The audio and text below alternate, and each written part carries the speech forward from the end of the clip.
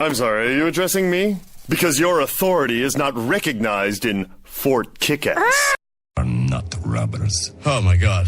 Okay, yes, you can rub them, but just please don't hurt my family. He mean we're not robbers. Oh.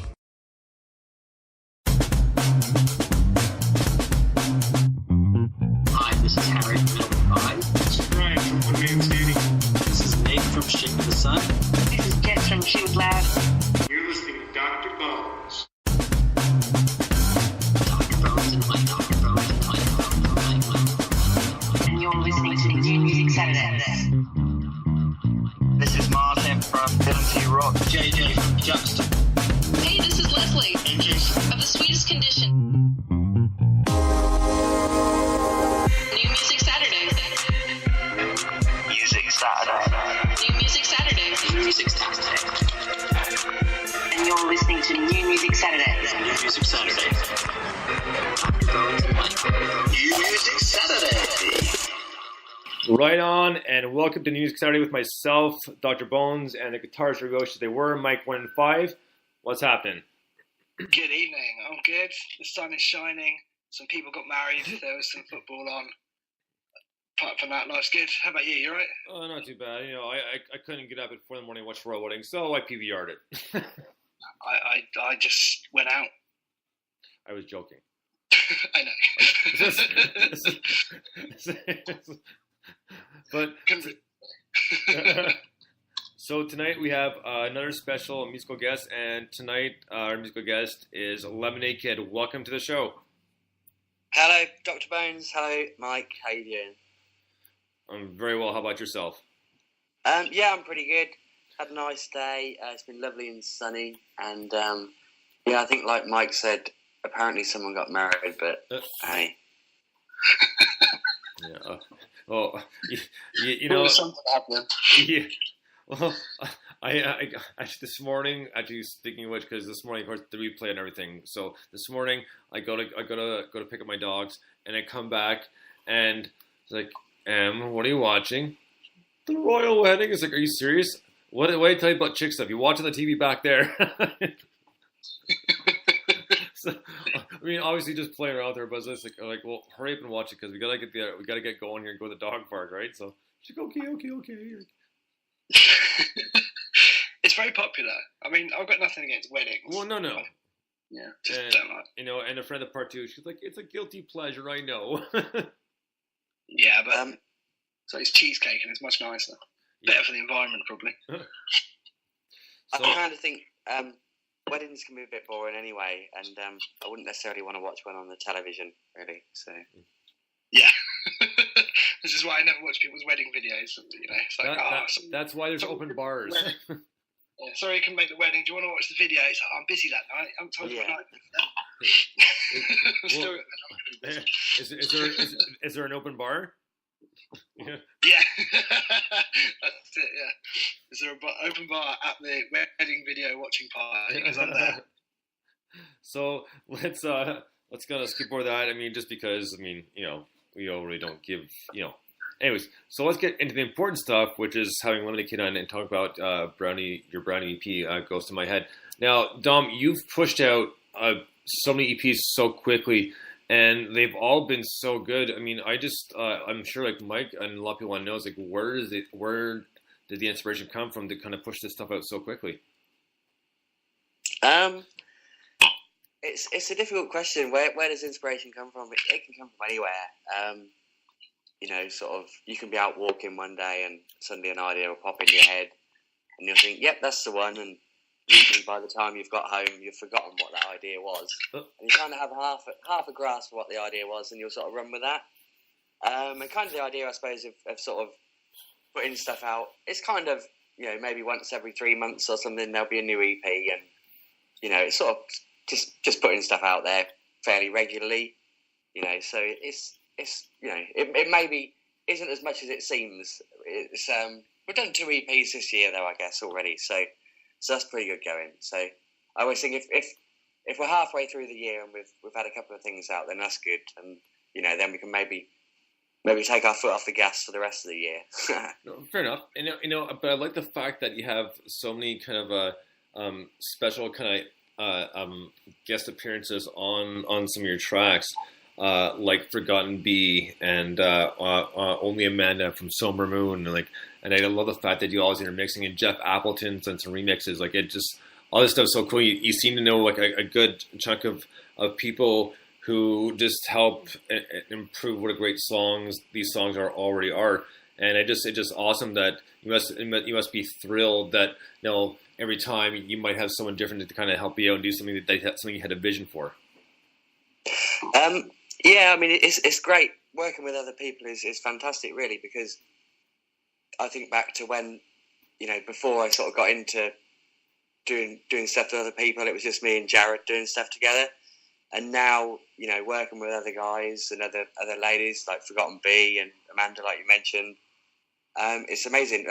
I actually just remembered that there will be another. Well, it's kind of like an album now. It's of remixes, which is coming out probably next month. And you mentioned Jeff Appleton there, and Jeff Appleton's done a remix on there. There's actually 3 versions of the song with Forgotten Bee, Harmonised Without, which was on the last album. There's 3 different versions of that going to be on there. So again, 3 different people remixing that, which is, you know, just mind-blowing, really, that I can sit here in my house while other people in other parts of the world are using these bits and pieces from that track and putting it all together to make almost a totally different track. And Forgotten Bee will actually be quite interested because she's heard one of them, I think, and she hasn't heard the other 2. So that would be quite interesting for it. Very cool. Mike? Very cool. Well, yeah, I mean, I always sound very impressed with your work rate. I thought the album Corridor 13 Welcome to Corridor 13 was top quality. I really enjoyed that. Agreed. And I kind of assumed after, you know, writing and recording and releasing an album, you might slow down a bit. But then within a few months, you had, like you say, a couple of EPs out already. So I was very impressed. What's your kind of, I suppose, like process for writing and recording? Because obviously you collaborate with a lot of people, and as you say, you might just, you know, call the song in the day or whatever. But what's your kind of, once you've got that initial idea, what happens next? Well, it can kind of be different every time, I suppose.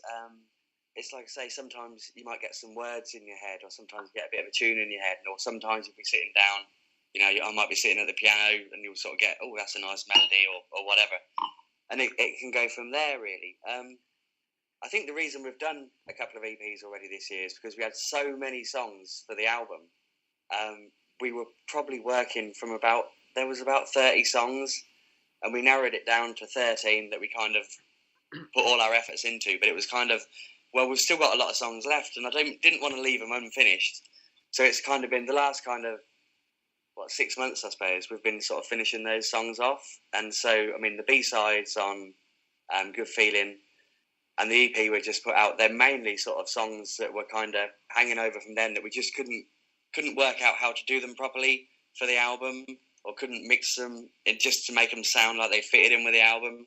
Mm-hmm. So it was kind of, I mean, Ghost in My Head, for instance, was, we'd always been sort of messing around with that for a good, getting on for a year probably, and just couldn't get it to fit somehow. And then suddenly it all sort of came together, which was great, really. That's very cool. And I suppose the other question, so I keep, when my wife said, I'm interviewing someone today, she said, he's that Lemonade Kid. She said, all right, what do they sound like? I was like, I don't know, a bit like an indie version of the Chemical Brothers, I think is how I described it. But how would you describe your music? It's that classic question. You're in a pub, no one knows who you are, unless it's a local pub, and I'm sure you're very famous. But, you know, what kind of music do you play? What's your answer? Do you know what? I've been trying to think of this for about the last, 15 years probably, and I'm still not really quite sure of the answer. I used to say, if people said, oh, you know, what sort of music do you make? I used to say, oh, kind of a bit indie, but they'd always say, oh, what, like Coldplay? And I'd be like, well, no, not really. Or it'd be, oh, like Oasis. And I'd be, well, no.